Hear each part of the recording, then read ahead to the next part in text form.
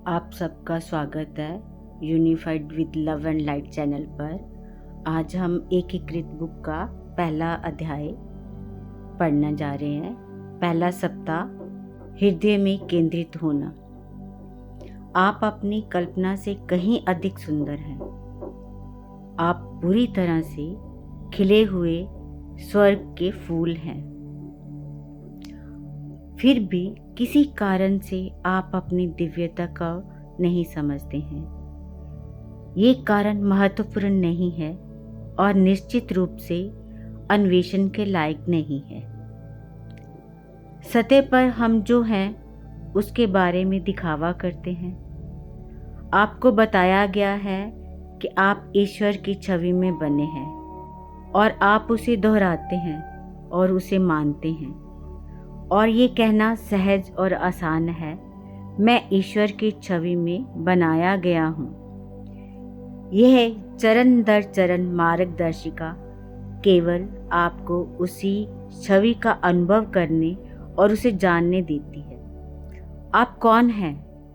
आपके गुण क्या हैं? परमेश्वर की छवि में बने किसी व्यक्ति का जीवन क्या है? इन प्रश्नों के उत्तर इस पाठ्यक्रम के अनुभव से प्राप्त होते हैं। एक बार इस दिव्य सत्य पर ध्यान दें, मैं ईश्वर की छवि में बना हूँ। मैं हूँ, ये वर्तमान है।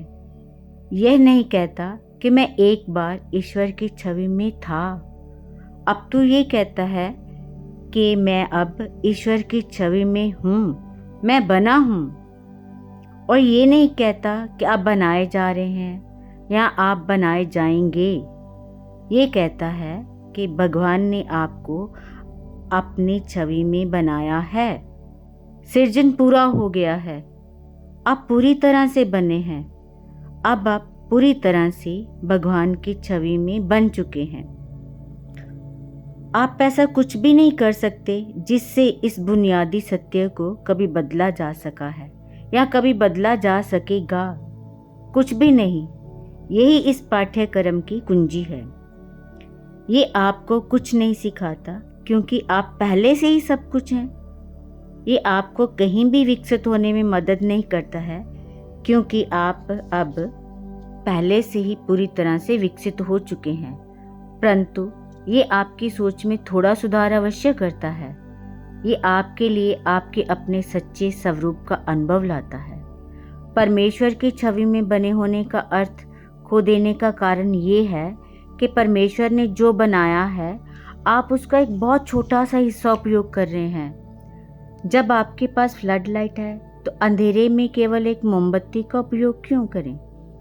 आपका सुंदर अविश्वसनीय शरीर केवल एक हिमशैल के शिखर के समान है, एक शिखर से भी कम।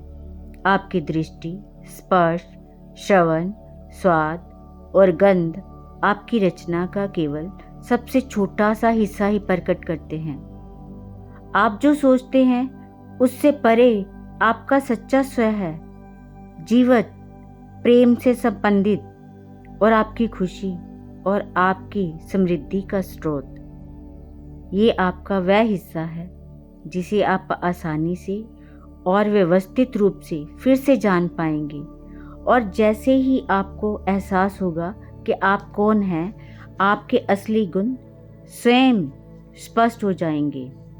आप इसे उनके स्तर पर आने या जागृत होने की जैसा सोच सकते हैं, भले ही वे ना तो सोए हुए हैं और ना ही छिपे हुए हैं।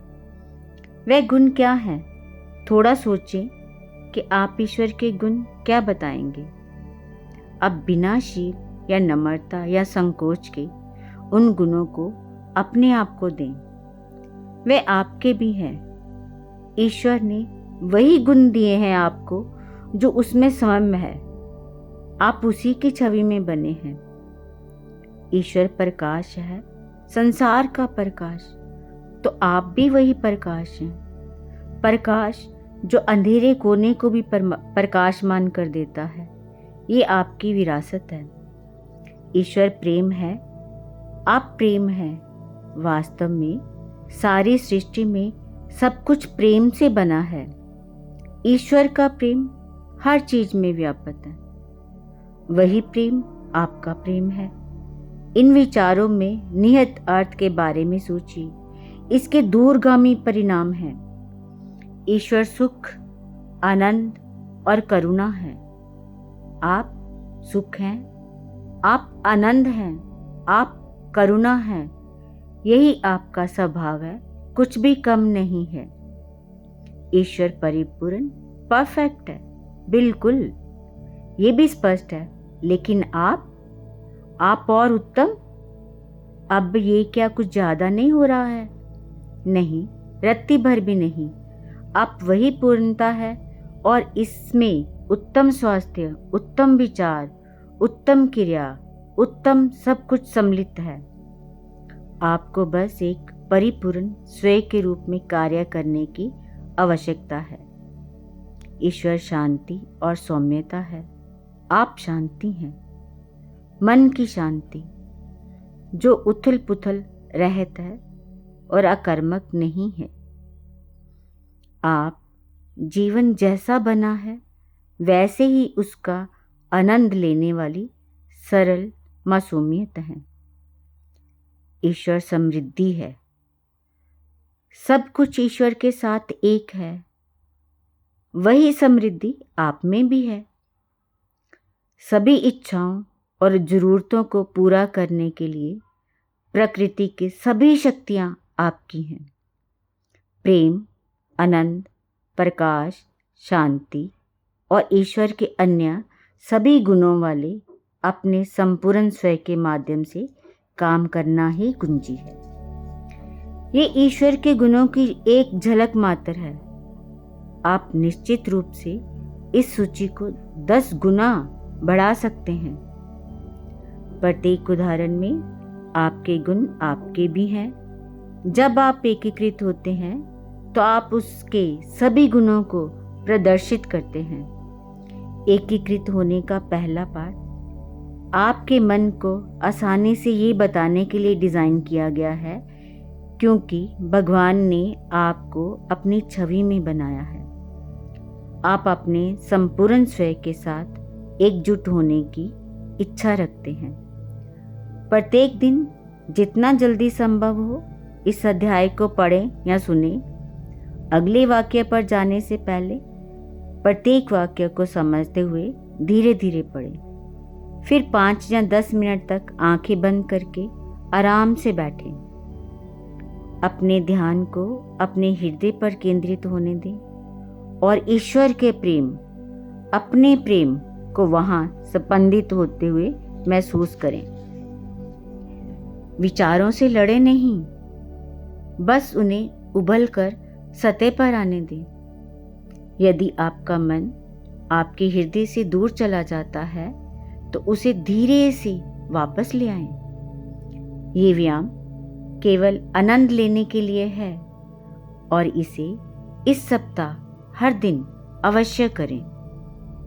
दिन भर में जब भी आप इसके बारे में सोचें तो उस विचार का आनंद लें। ईश्वर प्रेम है तो मैं भी प्रेम हूँ। जब आप इस विचार को सोचते हैं तो आपके हृदय में प्रेम भावना संपंदित हो सकती है। प्रेम की उस भावना को अपनी विरासत मानकर आनंद लें। इस सप्ताह आपका एक आखिरी अभ्यास ये है, अपने प्रियजनों को शुभ रात्रि कहने और बिस्तर पर जाने के बाद एक बार फिर से अपना ध्यान अपने हृदय पर लाकर चुपचाप लेट जाएं। ईश्वर के कुछ गुणों पर विचार करें। प्रत्येक गुण के लिए पहचानें कि आप में भी वह गुण है, भले ही आपको ये बेतुका लगे।